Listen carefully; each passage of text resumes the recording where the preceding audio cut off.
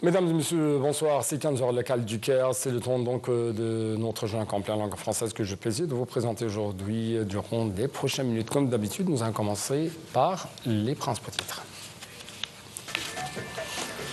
Dr Moustapha Madbouli participe à la séance inaugurale de la conférence internationale de Tokyo sur le développement de l'Afrique, dont sa 9e édition, le sommet TICAD 9.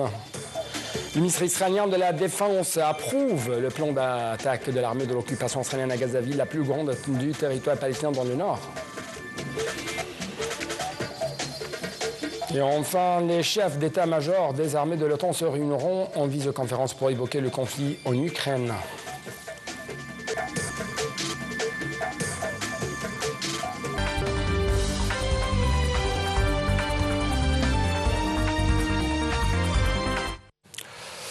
Au nom du président Abdel Fattah al-Sisi, le Premier ministre Dr Moustapha Madbouli a participé à la séance inaugurale de la conférence internationale de Tokyo sur le développement de l'Afrique dans sa 9e édition intitulée TICAD 9 organisée par la ville de Yokohama. À son arrivée au siège de la conférence, le Premier ministre a pris part à la cérémonie de photos souvenirs avec les chefs des délégations ainsi que les organisations internationales et africaines participant au sommet TICAD. Cette cérémonie a été suivie par plusieurs discours d'ouverture qui ont souligné la profondeur de relations entre le Japon et les pays africains et ont mis en avant l'ampleur de la coopération avec les pays du continent africain.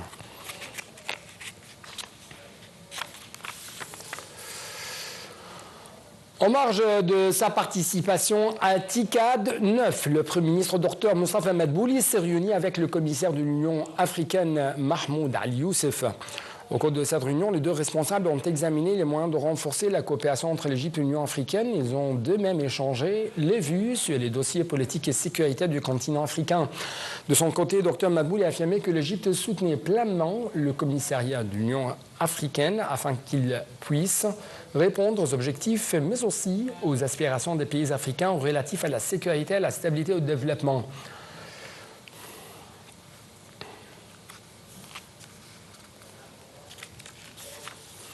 D'autre part, le Premier ministre Dr Moustapha Madbouli s'est également entretenu avec son homologue congolaise, Judith Sominois Toloka. Au cours de cet entretien, Madbouli a souligné le plein soutien apporté par l'Égypte aux divers aspects de développement dans les pays du bassin du Nil, affirmant que le Caire est totalement prêt à soutenir les domaines de développement au Congo démocratique, à y participer à la fondation de l'un des barrages, à l'instar des projets similaires déjà mis en place par l'Égypte dans d'autres pays du bassin du Nil. De son côté, la première ministre congolaise a exprimé son appréciation pour la position de l'Égypte soutenant l'unité et la souveraineté de son pays. Elle a affirmé que son pays prend en compte la candidature de l'Égypte à l'UNESCO. Le Premier ministre Dr Moustapha Madbouli a d'autre part rencontré la gouverneure de Tokyo, Yoriko Kawake. Au cours de l'entretien, Dr Madbouli a exprimé l'aspiration de l'Égypte de coopérer avec le Japon afin de bénéficier de son expertise dans le domaine de l'éducation et d'accroître le nombre des écoles japonaises en Égypte. Il a salué la coopération existante entre l'Égypte et le Japon dans l'enseignement supérieur dans le cadre de l'université égypto-japonaise des sciences et de technologie. Le Premier ministre a loué également le développement culturel et urbanistique au Japon, exprimant son souhait de mettre en œuvre davantage de programmes favorisant le transfert des expertises et la valorisation de la culture japonaise.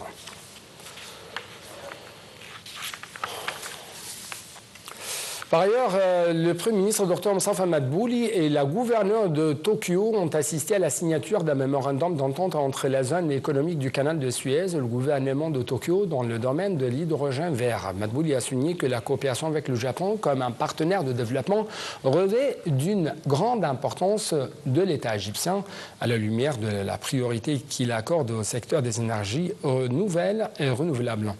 Le mémorandum d'entente intervient dans le cadre de la consolidation de la coopération entre les deux côtés dans le domaine de l'hydrogène vert du point de vue environnemental et économique grâce à l'échange des expériences et de connaissances et d'informations pertinentes.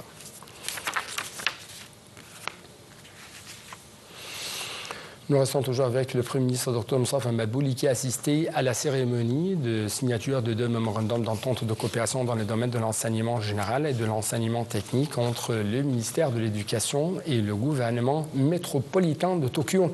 Ces accords visent à renforcer la coopération dans l'enseignement technique et la formation professionnelle, à soutenir l'éducation des personnes ayant des besoins spéciaux ainsi qu'à former les enseignants. Il prévoit des programmes de formation de qualification des enseignants, un appui à l'éducation spécialisée, une extension des écoles de technologies appliquées en Égypte, contribuant ainsi à préparer des cadres qualifiés capables de répondre aux besoins du marché du travail local et international.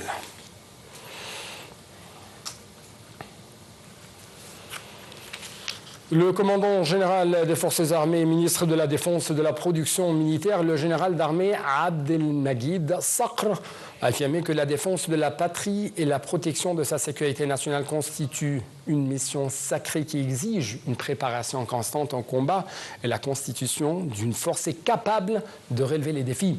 Le général d'armée s'est exprimé lors de sa rencontre avec plusieurs combattants de la zone militaire du Nord dans le cadre des réunions périodiques visant à unifier le point de vue sur diverses questions et sujets liés à la sécurité nationale.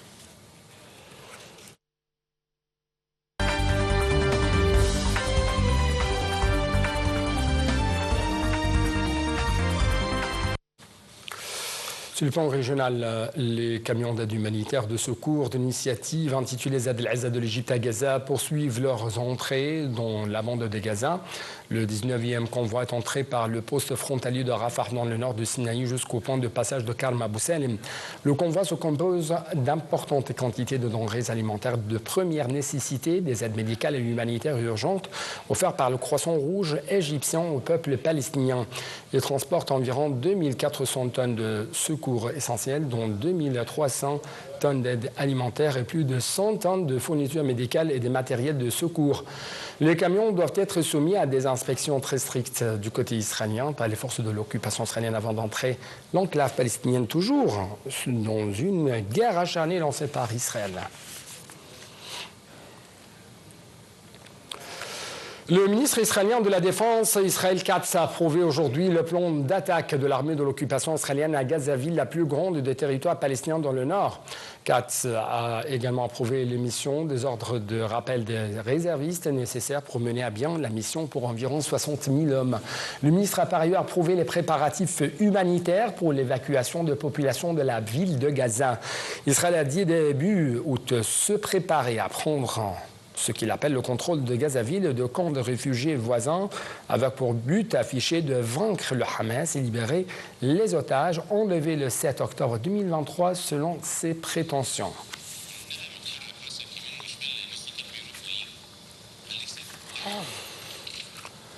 Les forces de l'occupation israélienne ont lancé aujourd'hui à l'aube une campagne de perquisition dans plusieurs zones des territoires palestiniens occupés par Israël. Elles ont pris d'assaut les villes de Naplouse et de Qalqilia, Jenin et Tul-Karem, et ont procédé également à une vaste campagne d'arrestation visant des dizaines de Palestiniens des différentes régions de Cisjordanie occupées par Israël.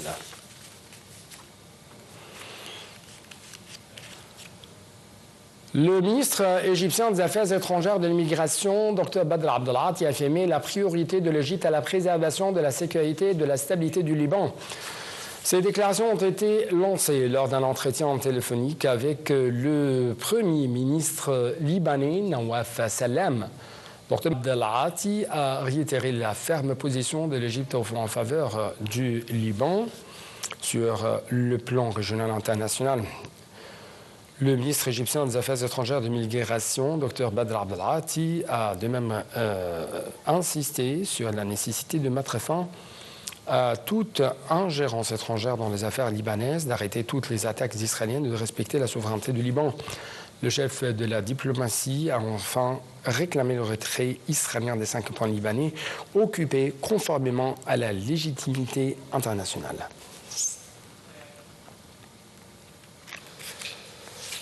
Les chefs des forces des armées de l'OTAN se réuniront en visioconférence aujourd'hui pour évoquer le conflit en Ukraine, la progression des efforts diplomatiques. C'est ce qu'a annoncé l'Alliance Atlantique. Les participants à la réunion discuteront des meilleures options pour un éventuel accord de paix en Ukraine. C'est ce qu'a précisé ce responsable. À cette occasion, le commandant suprême des forces de l'Alliance en Europe fera le point sur l'environnement de sécurité actuel alors que les efforts diplomatiques pour obtenir la paix en Ukraine progressent, selon les déclarations faites par le président du comité militaire de l'OTAN. Donc, rubrique économique, la Chine et l'Inde se sont entendus aujourd'hui sur une reprise dès que possible des vols commerciaux directs suspendus entre les deux pays depuis 5 ans. Les deux parties se sont aussi entendues pour faciliter la délivrance des visas aux touristes, aux entreprises et aux médias. Un nouveau signe de réchauffement poursuivi lors de la visite en Inde de chef de la diplomatie chinoise Wang Yi. Les vols directs entre les deux pays ont été suspendus en raison du Covid et de tensions bilatérales. Leurs relations se sont notamment dégradées après la violente confrontation qui ont opposé leurs soldats en 2020 sur leur frontière de 3500 km dans l'Himalaya, disputée dans certaines parties et à l'origine d'incidents réguliers.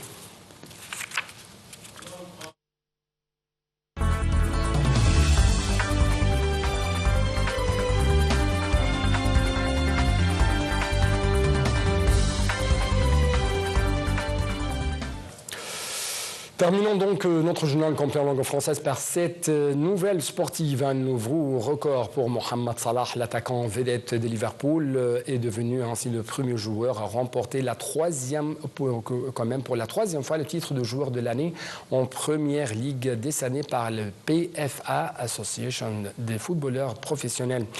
Ces derniers mois, le joueur de 33 ans a également reçu 2 autres prix de joueur de l'année, décernés l'un par l'Association des journalistes de football et l'autre par la Première Ligue. Voici les détails.